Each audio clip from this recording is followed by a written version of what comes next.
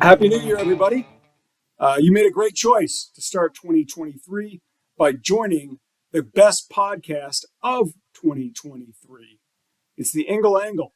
I am Fort Worth Star Telegram columnist Mac Engel, and rather than blather on about any particular topic, I'm going to go straight into my guest for this episode. My guest today is a professional hero of mine, and it's not every day you get to meet your professional hero. And when you do, sometimes they let you down because you've built them up to be something that they're not. I'm very happy to say that this person is what you would hope your professional hero would be. I had a chance to interview this person over the phone about 15 years ago, which means I had his phone number. It's a very important lesson, kids.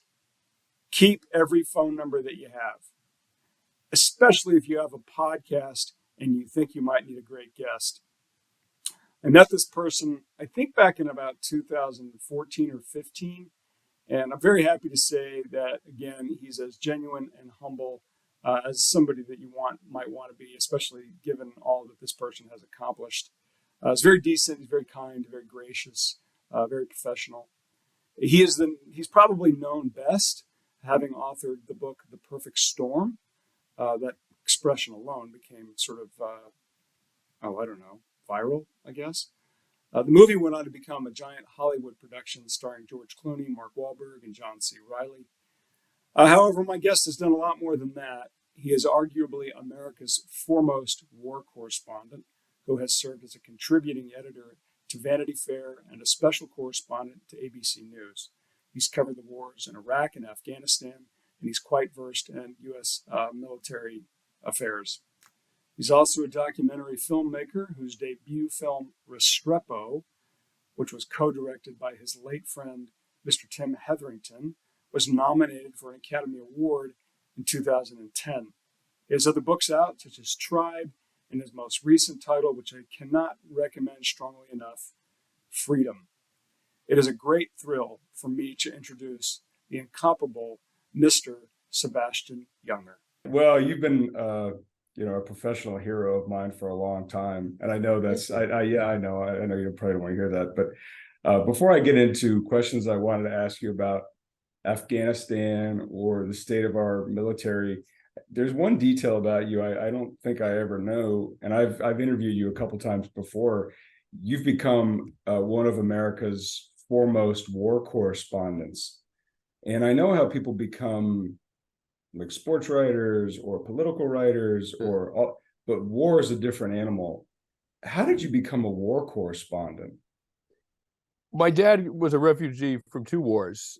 He grew up in Spain, and three if you count Germany. His father was Jewish, so they left Germany in 1933, the year of the Reichstag fire. I mean, I think they sort of saw where things were headed. They went to Spain. They left Spain when the fascists came in under Franco in 1936. They went to France. They obviously left France when the Nazis came in a few years later, came to this country. And I was always curious about war. It really affected my family a lot. And there was a civil war in Bosnia, and I wanted to be a journalist. And I thought, if you go to the most intense place there is, it's probably a shorter trip. It's probably it might be a professional shortcut to attaining a reputation and some good standing in the profession, because I didn't have a regular job. I was freelance. So off I went to Bosnia, and it's weird to say that the idea of falling in love with something horrible feels awkward and tasteless to say, but I really fell in love with war reporting. It was the most meaningful thing I'd ever done or could imagine doing. And I feel like it put me in touch a little bit with my family's, my dad's past in Europe. So, having read War, I watched Restrepo, I've read your Vanity Fair pieces. I know you've had close calls, and I know obviously your friend Tim Hetherington died of a tragic situation where I think, if I understand correctly, you should have been there. It just so happened to be you weren't there. Did you have any moments, Sebastian, in that reporting where like, I can't, this isn't, I'm in the line of fire and I could get killed? Well, yeah, I mean, I'd made my peace with that. I think what tipped me over the sort of line into not doing war reporting anymore was a few things. I started to get the feeling that I'd learned all I was going to learn about myself, about human beings, and about war. And though they're all three are things that must be understood as deeply as possible. And so I felt like I had done the right thing with my life up until then. But then it came to a point where I thought, I'm not going to be learning anything new. I'm going to be continuing to incur risk. Like that seems self-indulgent. That seems like poor thinking. That seems like a waste. And then Tim got killed. And then that sort of convinced me. I watched the effect of Tim's death on all of the people who loved him, including me. And I realized that your life is not your own to live. Your life belongs to everyone who will grieve you when you're gone, and that it really is kind of a selfish and maybe slightly grandiose thing to go off to war zones, at least at age 50, when the people who will pay the price for your death, it's not you. I mean, once you're dead, your troubles are over, and everyone else's troubles have just begun. And once I realized that, once I saw war reporting as at least at that stage of my life at age 50 as uh, being as ignoring other people's concerns, ignoring the sort of welfare of the people I loved. Once I saw it in that light, I didn't want to have anything to do with it. And then eventually, I was married. That marriage ended. I remarried, and I had children. And now, like, forget it. I mean, I don't even. Yeah. I don't even cross Houston Street. I live in New York City, and I don't even cross Houston Street against the light, right? I mean, I'm just like, so my life entirely belongs to my wife and children, and so that part of my life is completely over, and I'm glad it's over, and I'm just as glad that that's who I was for a while. I taught a college class a number of years ago, and I had in my class is it was a 29-year-old veteran of Iraq, and I think he did 2 tours there, and he was a really quiet man, really interesting guy, and he said if we went to war with Iran, he would enlist the next day. And I said, why? He said, because nothing makes you feel more alive than combat. He said, I would want to do, the only reason I would do it is to be in combat. What is the pull? And I've heard people say that before, not just him, and I'm sure you have. There's something that makes you feel so alive about those situations. I know you probably weren't aiming a gun. Did you feel that experience at various points when you're reporting? Yeah, very much so. And I think it's easy to think, oh, it's the risk. It's like running a risk of your life that makes you feel alive. And I think there is something to that. But I think it's ignoring that analysis ignores the deeper point, which is running a risk while part of a tight, cohesive group of people that you're willing to die for. That's what's intoxicating. Being facing death by yourself is a completely miserable and terrifying affair. What that guy was talking about, and what I experienced, and many soldiers have experienced, is the incredibly powerful solidarity that comes from facing death in a small group with other people. And that's intoxicating. And that plays directly into our evolutionary past as, we are social primates, and we survive in the world and we thrive because we form small groups, and we form small groups that we are personally willing to die for, to defend. And that's a uniquely human trait. And when something feels good, it's evolution's way of getting us to do more of it. It feels incredibly good to do that. And I think that's what that guy's talking about.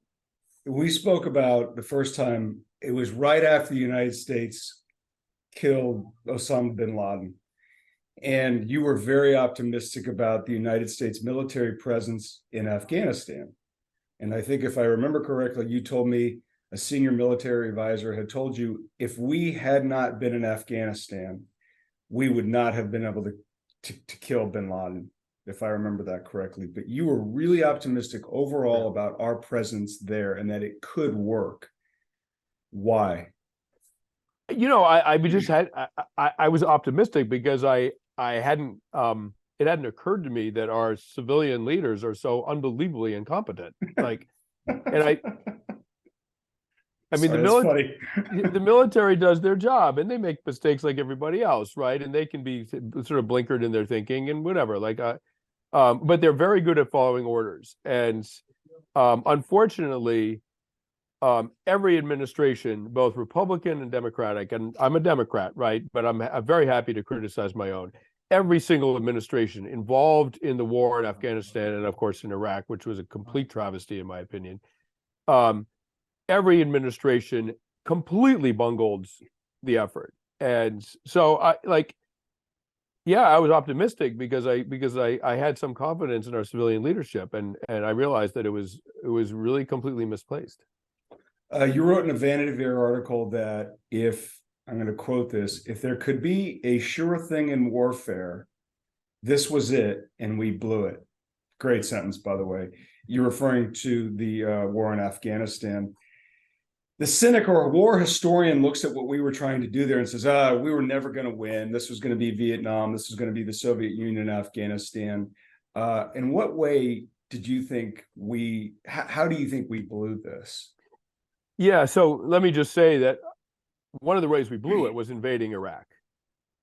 Right. I mean, it sucked off it sucked up a huge number of soldiers and resources and money and just attention and energy, right?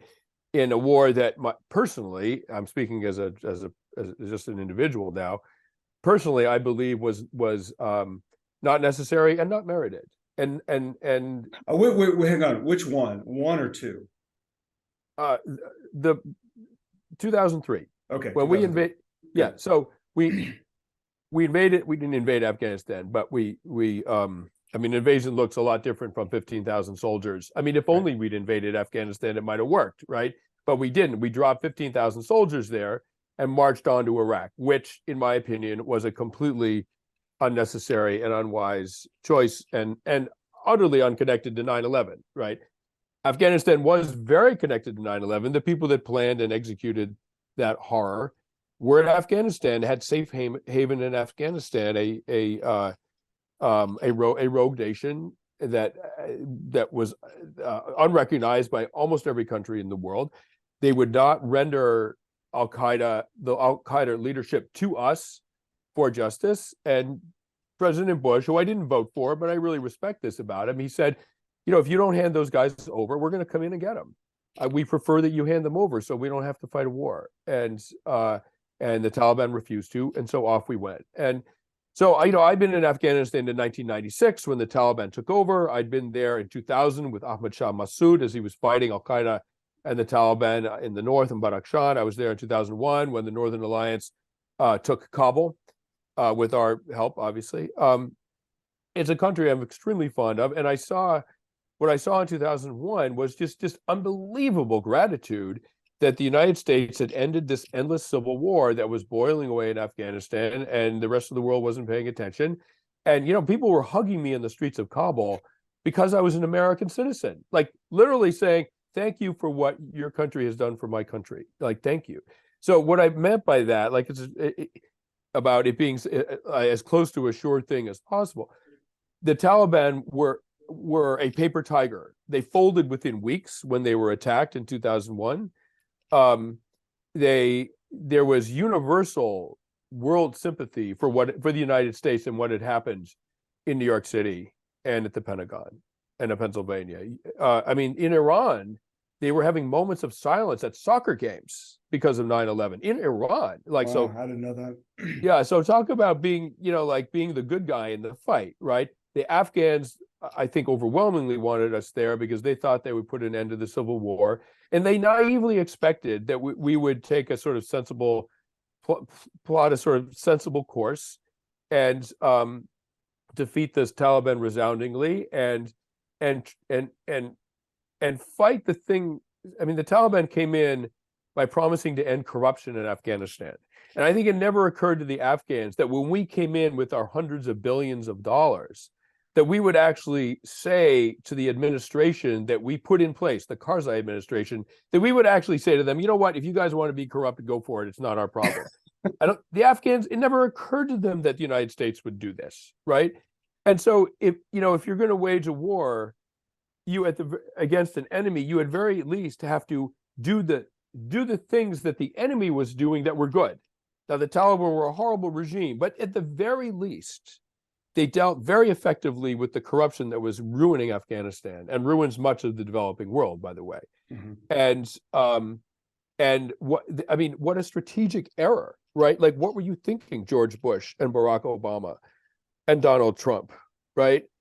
What were you thinking that this core issue for the Afghans that you decide is not important to the war effort, and that more bombs and bullets will carry the day? Of course it won't, right? So when you stand up an Afghan army and say you have to be willing to die to defend your government, when everybody knows that government is essentially a criminal cartel, a corrupt criminal cartel dedicated to enriching itself, like, Afghan soldiers aren't going to die for that. Would you die for that? I wouldn't die for that, and I don't know why American soldiers were told to die for that.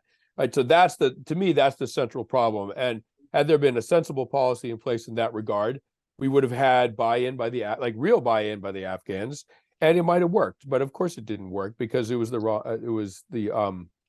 we left the most important fact about Afghan society unaddressed. We pulled out in 2021. When in our presence there, did you see it turn and think this thing's going to be a disaster? Excuse me.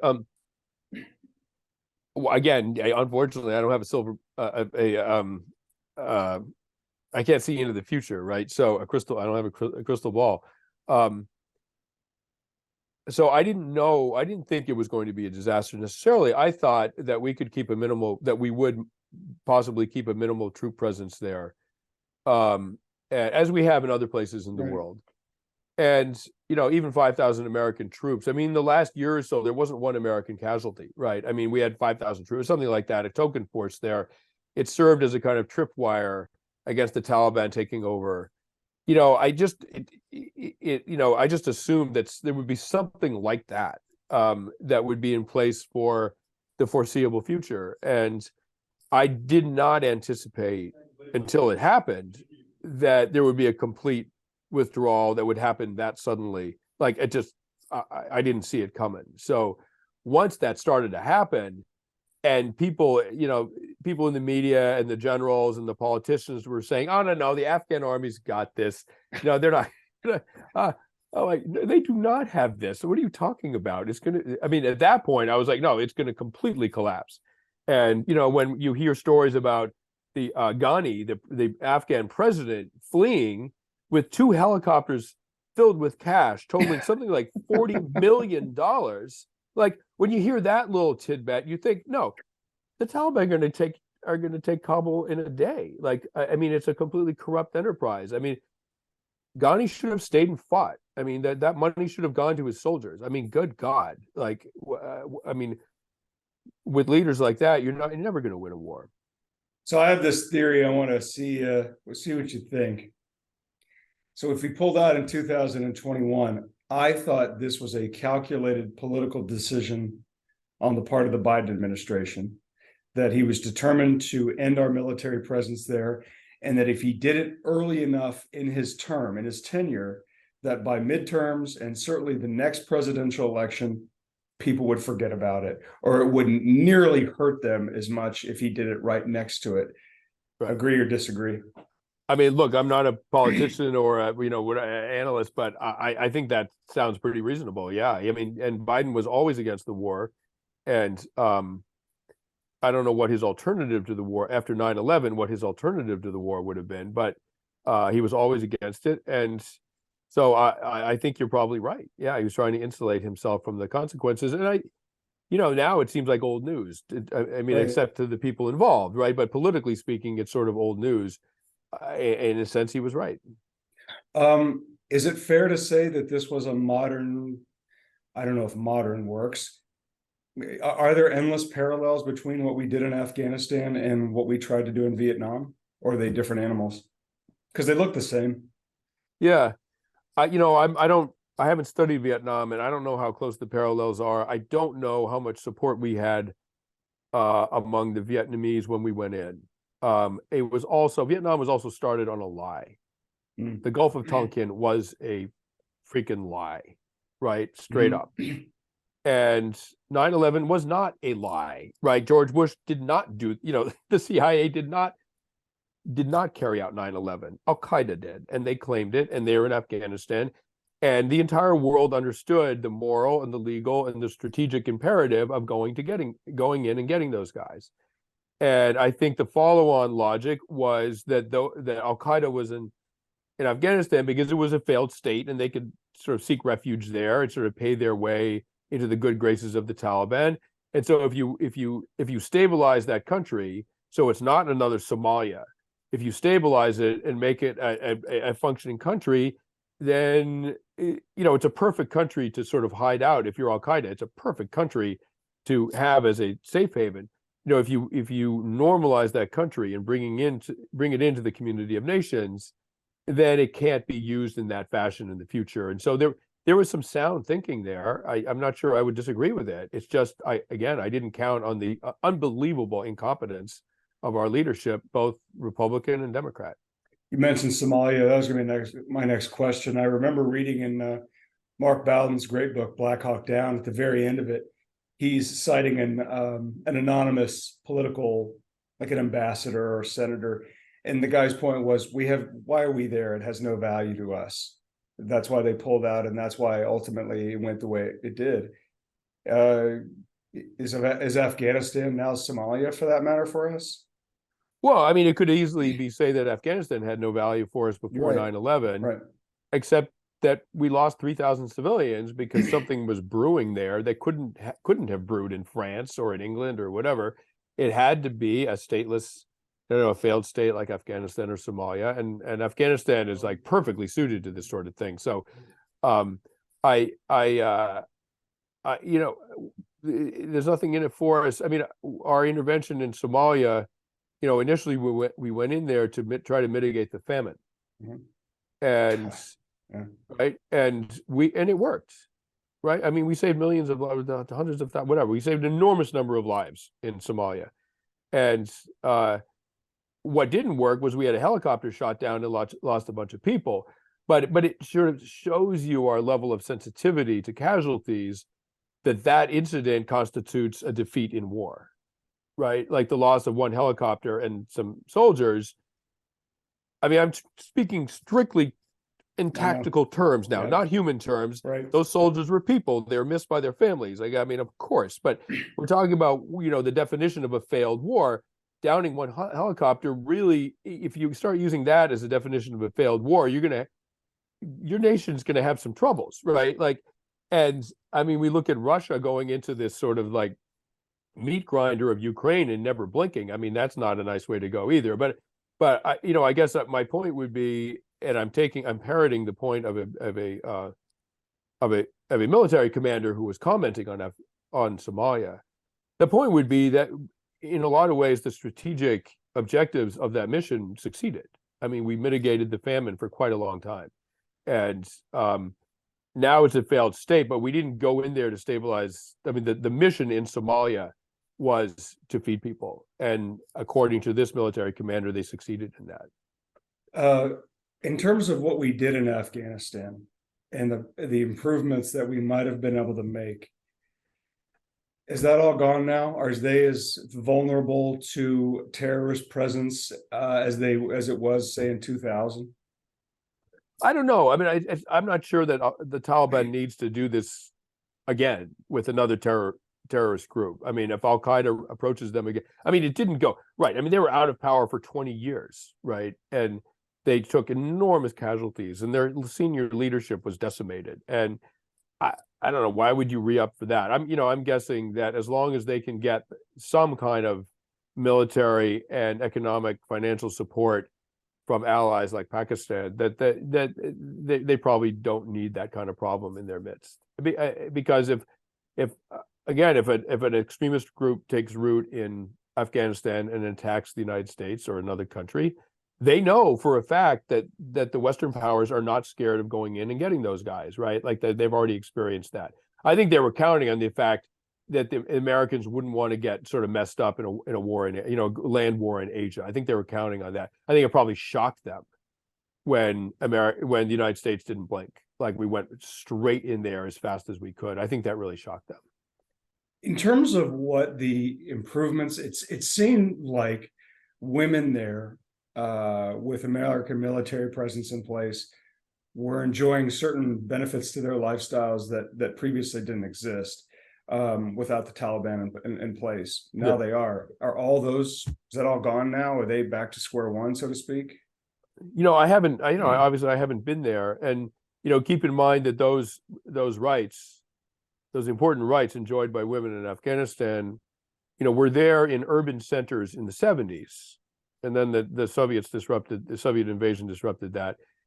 And then we're there again while the United States was there in urban centers, not in the hinterlands, right? Those are very, very traditional. So, the Taliban rules and strictures were just mirrored the mostly Pashtun society, those of Pashtun society. So it really was the urban centers where women could go to school and enjoyed all these other rights and privileges.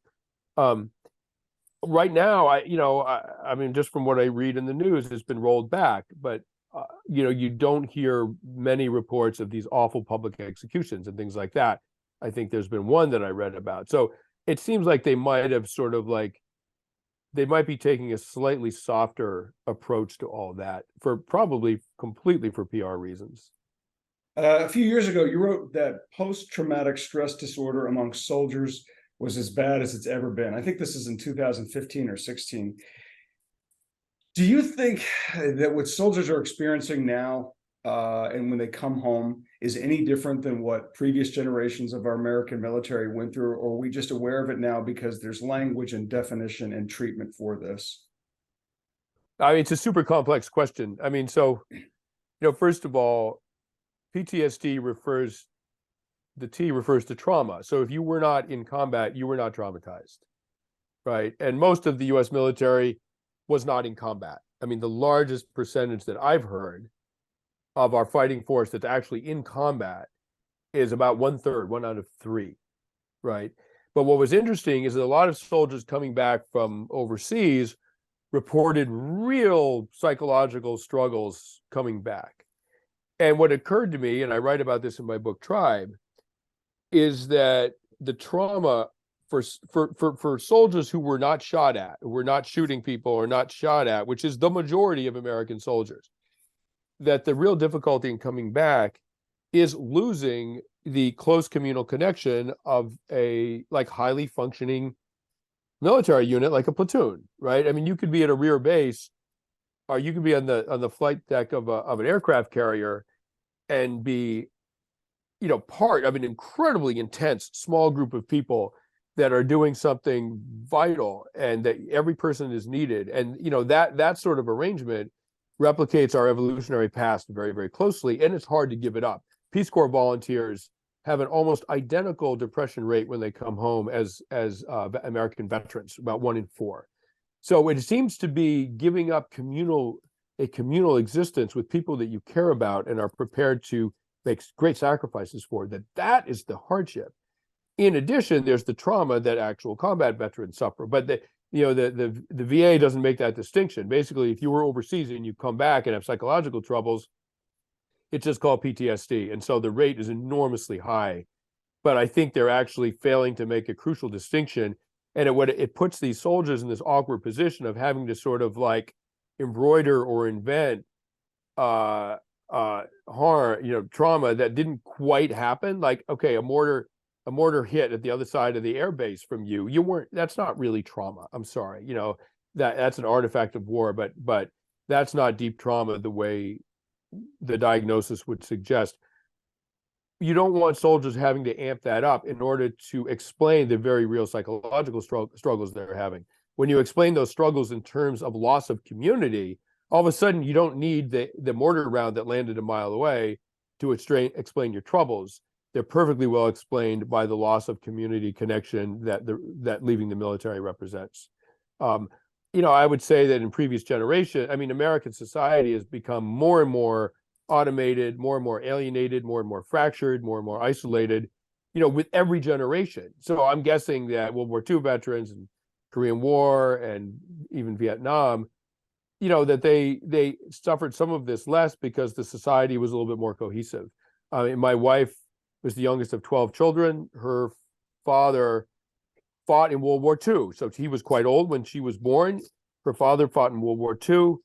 He came back to his neighborhood in the Midwest, in a city in the Midwest, and all 6 of his brothers had fought in the war and lived within a few blocks of him. That's probably no longer the case very often in this country. So, of course, that guy was traumatized. He spent the whole war on foot, slogging, and in the infantry, slogging through Europe as a lieutenant and a captain. Imagine the levels of trauma. He came back and he, functioned quite well. I think partly because he came back to a community of, of fellow sufferers, and whatever. Like it was a good old fashioned American community in the 1940s, and he went right back to work in the community. So we basically were at war for 20 years, give or take. Yeah. You have spoken about the massive complex that is the United States military machine. What is the state of it now? It seems like it is so much different than it was in 2000 because of technology. And now it seems like we don't have that focus that we did, or it had rather, for 20 years. Yeah, I mean, I'm guessing that they learned maybe not at the strategic, unfortunately, but certainly at the tactical level. The U.S. military learned incredible lessons about fighting an insurgency in difficult terrain where even air power is sort of negated by the circumstances of the war. And so, now there are people within the U.S. military and also retired who are in Ukraine advising and helping and training the Ukrainian military to fight the Russians. They're taking the lessons learned in Iraq and Afghanistan, taking them to Ukraine. It's clearly working extremely well. So I'm guessing what the U.S. military is focused on right now is implementing those lessons learned into the next generations of American fighters. Because we didn't see 9/11 coming, although arguably we should have, but we didn't see it coming, and we now know that everything can change overnight. Like we now know that. So is there ever really a peacetime army? Yeah, until maybe tomorrow morning, right? And then suddenly it's not. And so I think they sort of know that. Your most recent book, I think it's your most recent, Freedom. You and I had when I interviewed you in Dallas. You were on the process of doing it, where you, for listeners and viewers of this, Sebastian and friends walk around the United States and explore what the idea of what freedom really is. And it's freedom, as free as people think they are. When you read your book, you understand that you are tethered to things that make you less free. What prompted you to do this project? Because it was so outside of anything that I'd certainly ever seen you try before. Yeah, I mean, so the book had 2 parts. I mean, one was a sort of study of how underdog groups can defeat greater powers, right? So the Montenegrins defeating the Ottomans, the Apache outrunning the U.S. cavalry for 300 years, et cetera. The Spanish and then the Americans, the Irish throwing out British rule in Ireland after the failed 1916 uprising, but eventually it worked. So I looked at underdog groups that were able to create their own freedom from an oppressor, right? And if smaller groups couldn't defeat larger groups, there would be no freedom in the world. The world would be composed of fascist megastates, but it's not. And hold on one second. Honey, I'll be done in 6 minutes. All right. You're right. I see the timer. You see the time? So that's sort of the more investigative part of the book. The other part, as you say, is this trek that I did. So me and 2 guys I knew in Afghanistan, and then another guy, a combat photographer, a Spanish guy named Guillermo. We walked along the railroad lines from Washington, D.C. to Philadelphia. Then we decided to turn west and went to Pittsburgh. We walked along the railroad lines because there are these sort of strips of no man's land where you can sort of do whatever you want. We were sleeping under bridges and abandoned buildings and getting our water out of creeks and cooking over fires, dodging the police. Of course, the whole thing was illegal, so we needed a certain amount of like tactical awareness and ability to pull this off. And we encountered America in this very sort of raw way. And we would walk through towns, and go out, buy food, and then go back out onto the railroad lines, and we just sort of talked to people about America. And the idea came to me when I was on the Amtrak going from New York to DC once, and I was looking out the window, and I said to Tim, the guy that I made Restrepo with, I was like, damn, we could walk along this entire thing. Like, it's total no man's land along these railroad lines. We could walk this entire thing. And I called it high-speed vagrancy. We could be high-speed vagrants. And we carried everything we needed. We moved 10, 15, 20 miles a day. We stayed out of reach of the cops. One point they were looking for us with a helicopter, and they couldn't get us. So I that's about as close to Taliban as I'm ever going to feel, right?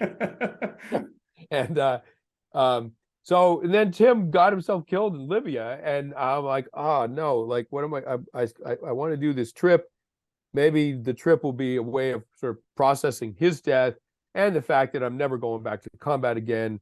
I went with a couple of guys that themselves said they were not going back to combat again either, although two of them lied about it and did go back to combat. That's how strong the allure is. But at any rate, those were the sort of like clumsy beginnings of this idea. And we did it over the course of a year. We did stretches of like 50 to 100 miles. We wanted to walk in every season. So over the course of, we would pick up where we left off and we'd just keep going. And we'd spend a week or 10 days at a time out on the lines and then go home. I'll ask 2 more questions. There's people have asked me sometimes, what's good writing? And I've kind of thought, if you can remember it, it's probably pretty good. And that's just a generality. And you have written a few sentences that I still remember. Your description of Dan Stack's bar in Massachusetts, and in that book, certainly passages from the Perfect Storm, but there was a line in Freedom near the end of it, and your ending of War, about the woman, about the mother who's grieving the loss of her son with the president, and there wasn't a damn thing he could do about it. That one stuck. But there's a line at the end of Freedom where you talk about, I've got to get back to my life. And it really stuck with me. I have no idea why. Well, when you talked about doing this journey and you realized, I got to get home, what did you mean? Well, home was a divorce. I mean, I was in the middle of a divorce, and it was a friendly divorce. And still a divorce. But still a divorce, an enormously sad time. I mean, it's the failure of a great enterprise, and it's enormously sad, even if you stay friends with your ex, and which I was. And I, one of the I called it the last patrol, this trek that we took. One of the points of it was to sort of buy me a little space so that I could sort of process this divorce. And eventually I realized, like, buying space and processing can eventually turn into just straight up avoidance. And it was time to sort of go home and start the next chapter of my life. And as long as I was out there on the railroad lines and counting on that as a kind of buffer between me and my very, very sad feelings, as long as I was doing that, I wasn't going to move on. And so I realized it was time to. It's a very, very powerful thing. You have to know when. You have to know the things that. You have to know the powerful things that you should do in your life, and then you also have to know when they've run their course and it's time to stop them. And well, I'm going to cut you off real quick because we only got a minute and a half. But what's next for you? Well, I'll try to say this in a minute and 19 seconds. Okay. I had an undiagnosed aneurysm in my pancreatic artery. Oh no! And it ruptured 2 years ago, and it's an almost always fatal occurrence. And I hung on for 90 minutes till they got me to the hospital, and they managed to save me. I lost half my blood into my abdomen. I mean, this is a real widowmaker. And it was just a random freak event. Like, it was not I didn't have a health problem. I'm a fit, healthy person. That's why I survived, actually. But I'm an atheist. I don't believe in anything, and I'm an anti-mystic, and whatever. Show me the data, right? And as I was dying, my dead father appeared above me to welcome me. And he was like, "It's okay. It's going to be all right. You can come with me. It's okay." He was trying to calm me down. I was getting pulled into this black pit underneath me. And there was my father saying, "It's okay. It's all right. You can come with me." His hands were open like that. And I said, and I was still conscious, I said to the doctor, "I'm going. I'm going right now. Like, you got to hurry. I'm leaving." And he was working on putting a line into my jugular to get enough blood into me to save my life. And he was in the middle of doing that. I was like, you got to hurry because I'm going. So I'm writing a book called Pulse about that experience and about sort of trying to explain in rational terms what happened to me. My dad was a physicist. I want to write a book that he would respect about what the hell he was doing there. Have you come up with an answer at all? Well, I mean, I'm not the first person to inquire about what are called NDEs, near-death experiences. Right. What happened to me, and this is what's odd about it, what happened to me is extremely common. And that people people who are on the threshold of death don't have wildly different experiences. They all have sort of basically the same set of experiences, which would sort of argue for there being something going on that we don't understand, rather than just, you give LSD to a bunch of people and they all have different hallucinations. You make a bunch of people almost die, they all have basically the same hallucination. So what is that? And so the explanations run from it's just a artifact of our neurochemistry when our blood oxygen is low, blah blah blah. Some endogenous hallucinogens that are in our brains that get triggered. Sort of runs from that all the way to maybe some of the more out there theories of quantum physics explain a post-death reality that we don't understand. So that, in other words, that when you die, there is some reality that continues, that your existence continues in. Some dimension that your existence continues in. We just don't understand it. And it intersects with our experience in sort of occasional ways, and particularly when you die. And total theory, right? But it's a theory. So I'm trying to I'm sort of just looking at all the different theories. I'm looking at shamanism, for example. I mean, all the different theories that involve these threshold experiences, to see if there's anything in any of these bodies of work, in any of this research, that could help illuminate what happened to me. You said you're an atheist. Did a near-death experience change your attitude towards religion and that part of your philosophy? It didn't. I mean, if I'd seen God, it might have, but I didn't see God. I saw my dad. And so to me, it made me willing to admit that it's possible.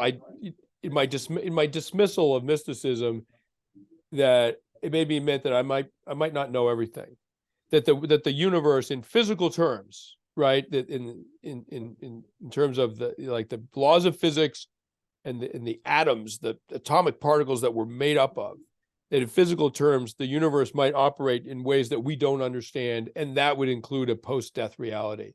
And it finally came to me that it's extremely unlikely that there's, quote, life after death, that there's a post-death existence. It's extremely unlikely, to the point of being sort of preposterous. But this universe itself was extremely unlikely to exist, to the point of being preposterous. So existence itself probably is not less unlikely than a post-death existence. They're both totally preposterous propositions. So it made me sort of willing to open my mind that there might be something that we don't yet understand, that involves some existence that continues after our what we call our death. When might this be out? Well, what happened to me was absolutely terrifying. It was the scariest thing that's ever, way scarier than combat. And it had traumatic effects psychologically for me that were way more severe than anything I had from combat. As a result, I'm quite avoidant of it. And it's, like writer's block is bad enough as it is. And this is like a supercharged version of it, because the whole topic is extremely unpleasant to me. So I've been successfully avoiding working on it for like a year. So I've told myself in the new year, I really must get, like Get to it. right? Sit down and stop being a baby about it. So, I'm guessing it might come out in, what are we about to in the spring of 24. I can't wait to see it. I want to thank you from the bottom of my heart for doing this. I'm such a fan of yours, and it means so much to me that you took the time to not only do it, but to come back and finish up that story. Yeah. I had no idea that you suffered that near-death experience. I'm so glad you're still with us. You've done such great work for so long, and I know you mean a lot to so many people who aren't necessarily your circle of friends. And I'm really glad you're in good health, Sebastian. Thank you so much for doing this. Thank you. It was a pleasure. Reach out anytime. Okay. Thanks a lot. Have a good holiday. Take care. Take care. Bye.